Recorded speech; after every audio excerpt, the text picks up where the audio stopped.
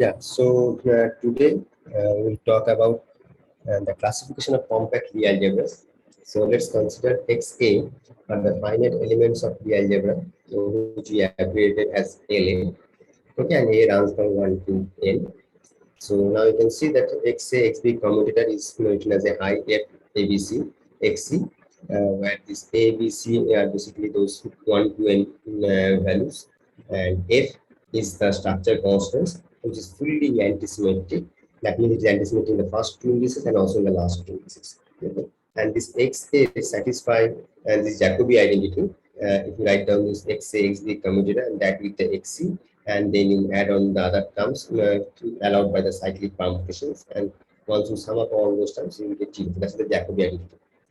Now we can write down this FABC as equivalently like I times TA adjoint BC. That is basically the eighth generator. These T's are basically the generators, or the elements of the algebras. So they actually are connected with the structure constant. So as we know, in the adjoint representation, the generators are written in terms of the structure constant. So this is the way that one can write it down. So like a BCF element of the A generator in the adjoint form is nothing but the 1 by I times this structure constant. So now, if you write down this adjoint generator, they satisfy this algebra, and it can be written in this particular form. And here they are the similar structure constant, and this adjoint generator also satisfy the Jacobi identity. So now, from this, we can extract the structure constant FABC, which is minus I trace of this TATBTC minus TBTA TC. So this is all the generators in the adjoint representation. So if you know this matrix form actually, right, so then you can construct or you can compute the associated structure constants. So now we will talk about more about the classifications and we will dig inside the algebra. So let's consider that HI, HJ, some are commuting generators, and IJ runs from 1 to R, and the small r is less than N.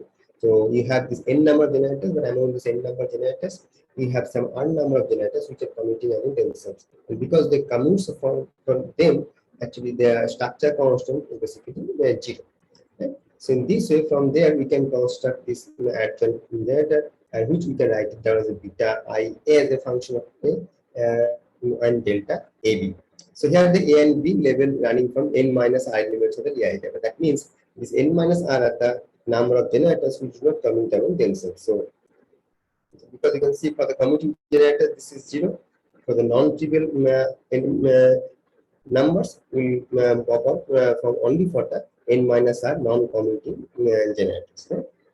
Whereas beta IA are the real as generators are Hermitian. So that you can see, you can take a diagram and all those things. So you can show that betas are basically the real numbers. Okay?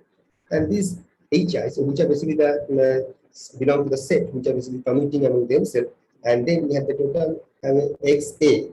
Okay, now you can see that A means basically they belong to the N minus R number of elements of the algebra. So these are quite exclusive set. So this HIX they do not commute among themselves. So this is like given as a beta IA delta AB XB or beta I XA. Now every XA is characterized by the R coefficient. Okay, so now you can see for every like A runs from 1, let's say, so you can get a 1, 2, 3, 4 up to this R. Okay, and those elements we can write down as an array vector, which is written as a beta. And this is a vector in the R dimensional space. So now you can see that these vectors will span by the commuting generators. Okay. So now you can, if you go back and you can see this is the R commuting generators spanned by this space R dimensional space, and beta is a element or a vector in that R dimensional space. So beta A is basically root associated with the element X, and that's the way we define the root. Okay. Now we can relabel we get a much more known form that XA with the E beta A. Okay, that's relabeling, just to make familiar convention. Now here the assumption is that no two elements have the same root. So then if there's no degeneracy about that, then HI E beta is basically beta I E B. So that is nothing but what we are writing here. okay, in this particular form. Okay. And if you take its Hermitian conjugate, what you get? Hi EB dagger is minus beta I EB dagger. Okay, so beta is basically the real that we have decided, so we get the in this particular form. Now, the Hermitian conjugate belongs to negative root, and we define E beta dagger equal to E minus beta. Okay, so here you can see that we have a concept about the positive root and negative root, and they are related to each other in this construction to the Hermitian conjugate. That means whenever you have this thing, obviously you have this. So they appear in there as a pair. Since the negative of each root is also a root, so n minus r is given. So if the total number of root is n minus r, so half of them will be positive root, half of them will be the negative. So now a Lie algebra of rank r and dimension n contains n minus r elements. Right? So each of which is described by a non-zero vector in r dimension space. So that's what we have seen actually. So these r commuting elements can be viewed as associated by these r roots of zero level because they are non-trivial roots, okay, in that dimension space. Okay. So now this let's consider this beta and gamma to be two roots. Then E beta and E gamma are, you can you can calculate the commutator with this Hi. Right? So that's what we have written. Okay. And if you compute that thing using the previous relation, you get beta I plus gamma I, E beta E gamma commutator. Now, this E beta E gamma commutator belongs to a root beta plus gamma. So then E beta E gamma is basically, you can write it down N beta gamma, E beta plus gamma. Right?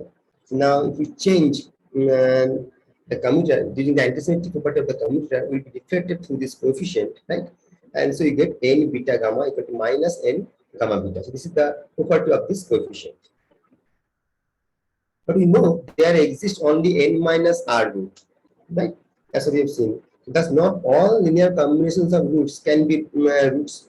So, I mean, so once you have the root, you cannot take this arbitrary linear combination and can get a root, right? So you have, because there's a limit on this number n minus r. So whenever beta plus gamma is not a root, then they do not satisfy this non-trivial structure. Rather, they will commute. Okay, so then this will be 0, and that's what the article n beta gamma will be 0.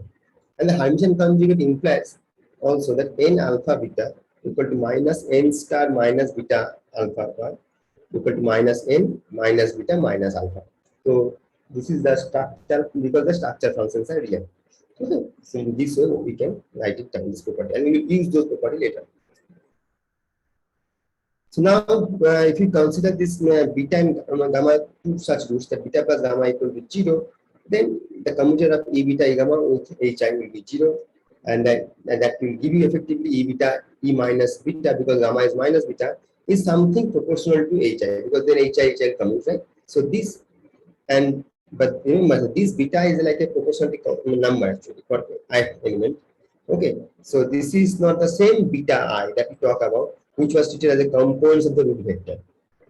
Okay, so then what we do actually just multiply both sides by this beta j and take a trace and Hi this thing. So from there we get some metric structure Gij, which is trace of Hij, and that's what we understood the metric. What they do, they actually use to raise and lower the indices of these betas, and this metric also called the Cartan-Killing form. And this is invertible for semi-simple Lie. That means their determinant is not. Now we can set the normalizations to be trace of E minus beta E beta to be 1, and also as I told you that Gij is like a metric which can be used to raise and lower the indices in this particular way. So now let's define the scalar product in the real r-dimensional root space.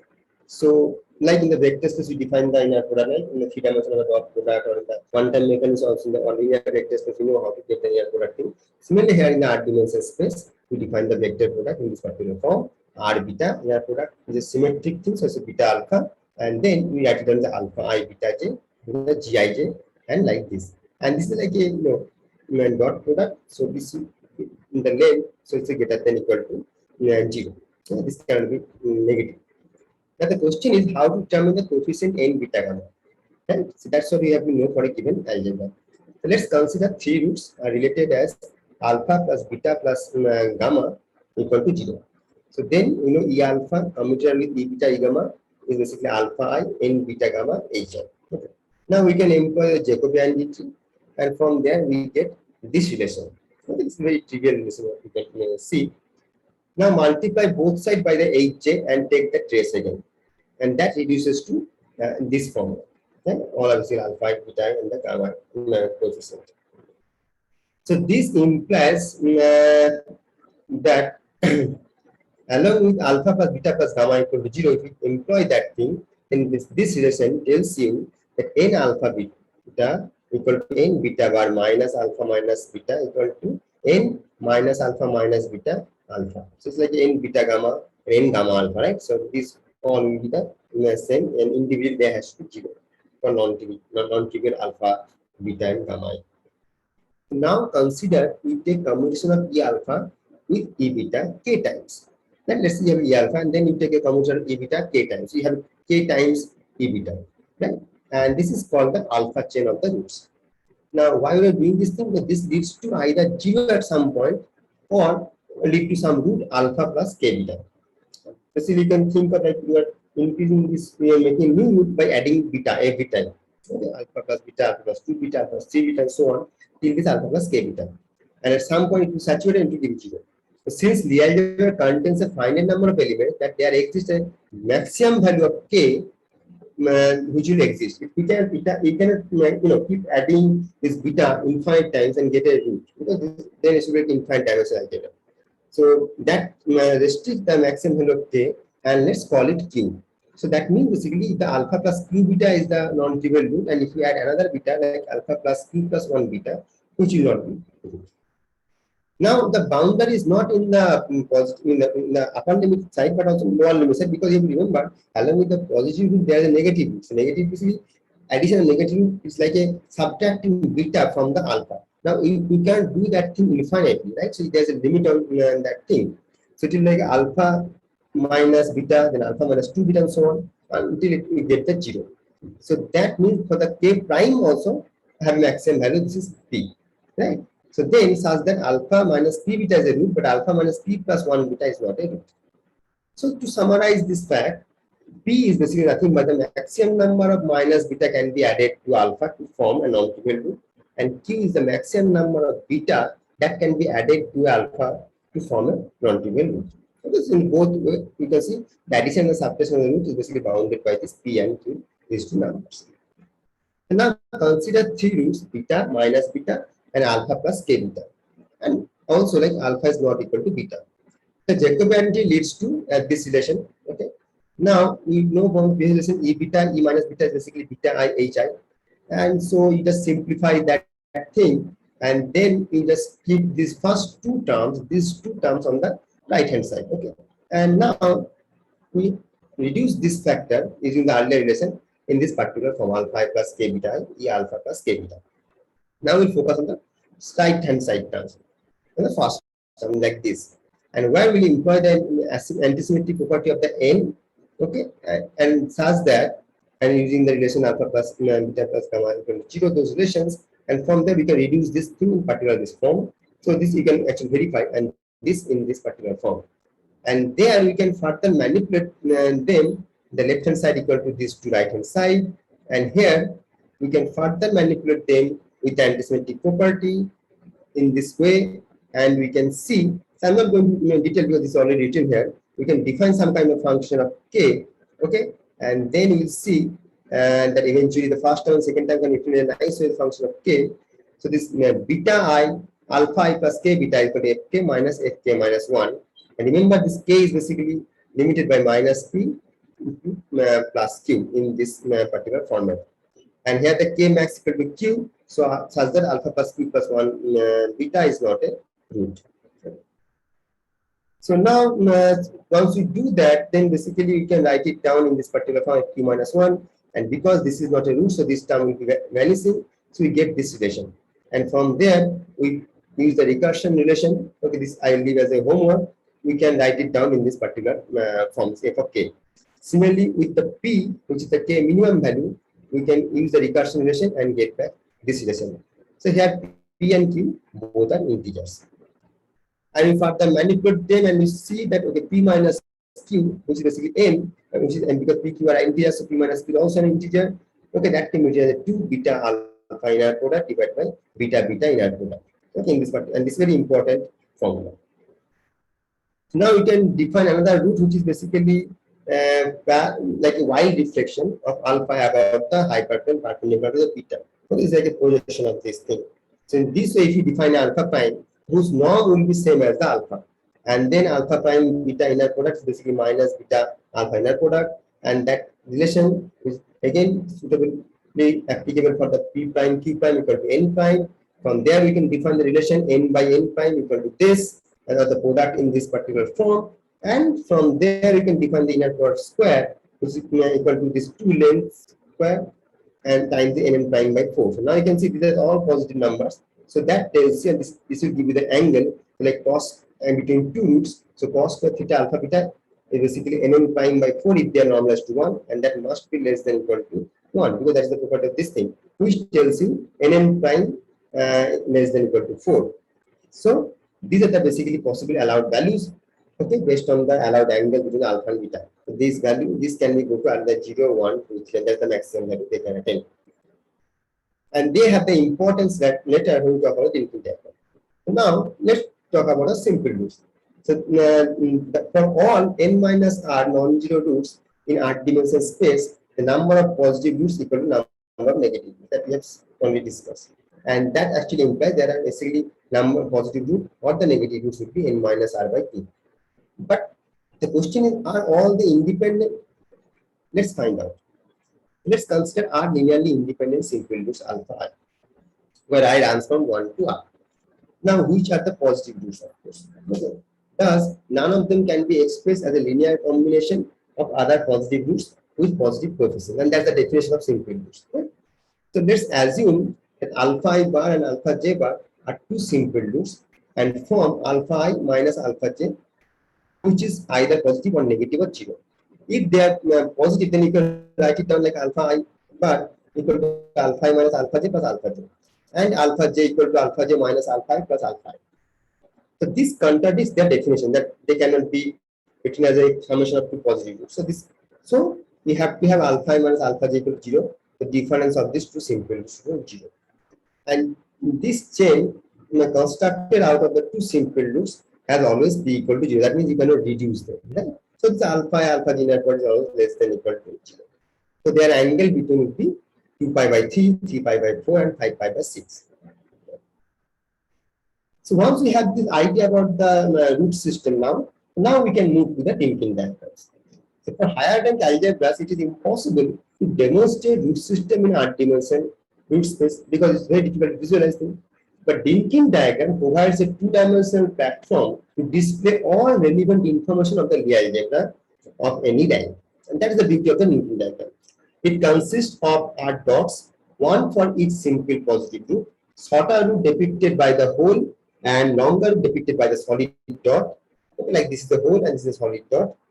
And the convenience is largest root is normalized to unity like this, and maximum number of lines between two dots can be 3 because that based on the restriction from the cos square theta alpha beta, as we have seen earlier, n prime less than equal to 4. Right? So now we have this kind of possible structures like 1 line or 2 line or 3 line maximum, and that's why this 4 alpha j inner product is 0, 1, 2, 3, and that's the I not equal to j. Now, remaining dots from a diagram generates Dynkin diagram associated with lesser rank Lie. If you remove something from the Dynkin diagram, that will lead to another, Dynkin diagram of lesser, like consider subgroup and all those things will be clear. Now, how to construct them? So let's consider alpha equal to somewhere I 1 to r alpha I cap. Now, their inner product will be always greater than equal to 0. And the largest possible number of connected pairs by one line is basically now r minus 1 because this should be less than r. Okay, and that gives you the maximum number of lines one can connect between these two blocks. The number of connected pairs of root is at most is r minus 1 as we have discussed. So no Dynkin diagram of closed cycles is allowed. So it should be open in both ends. So let alpha unit vector be a root connected to n roots beta I, or I answer 1 to n. Now alpha final product is like this, and alpha beta I is less than 0. The absence of closed cycle implies beta j beta I is basically equal to 0, or I not equal to 0. Right? I not equal to j. The vector that is orthogonal to all beta I is written in a particular this form, which is a positive norm in this. So number of lines will be 4 and 2 in this thing, which is less than 4. Straightforward. So no more than 3 lines can originate from a root.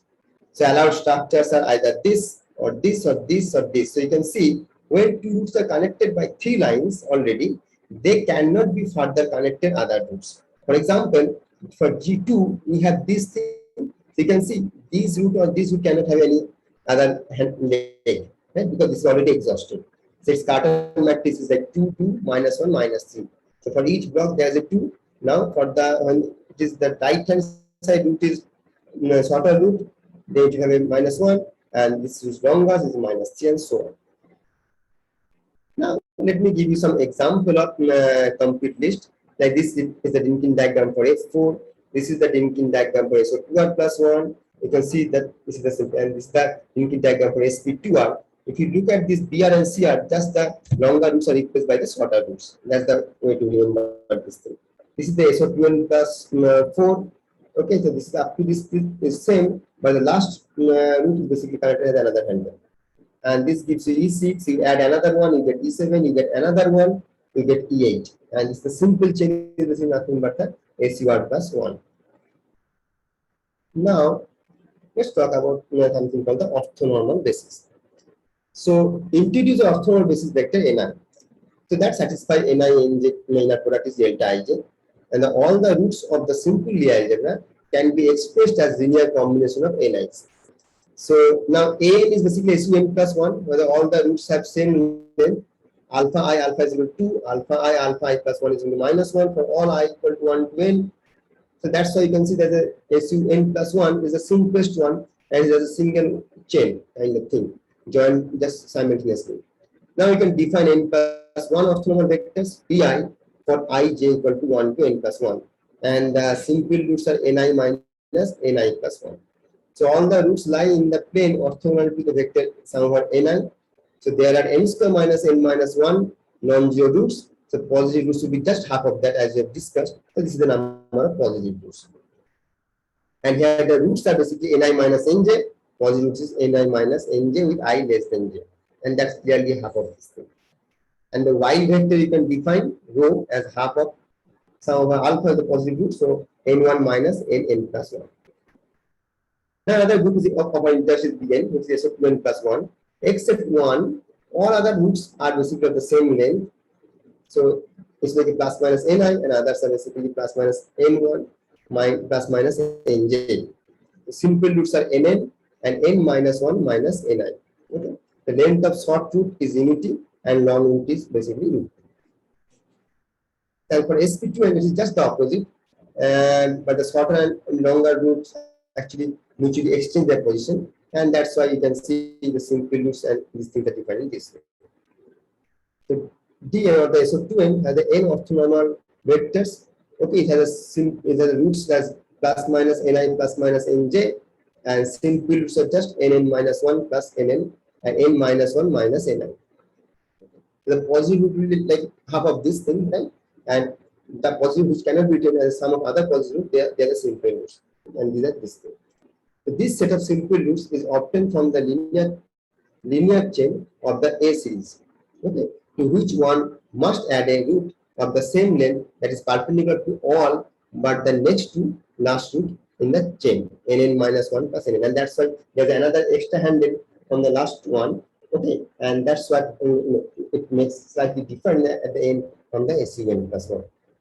Now for the G2, its roots are best expressed in terms of 3 unit vectors, ni I equal to 1 to 3, and roots are plus minus ni minus nj, and also plus minus 2ni minus nj minus nk, where I is not equal to j equal to k. And these are the simple roots. As when you have the simple root for the E6 in this particular form, and then just for the sake of information, I provide anything, but this is not be too much useful for our case. Okay, so these are the basic part of the roots and this thing. So now we'll talk about something more about the Cartan matrix thing. The when you can invert this thing, what we can draw the weight and all those things in the next lecture. So, thank you.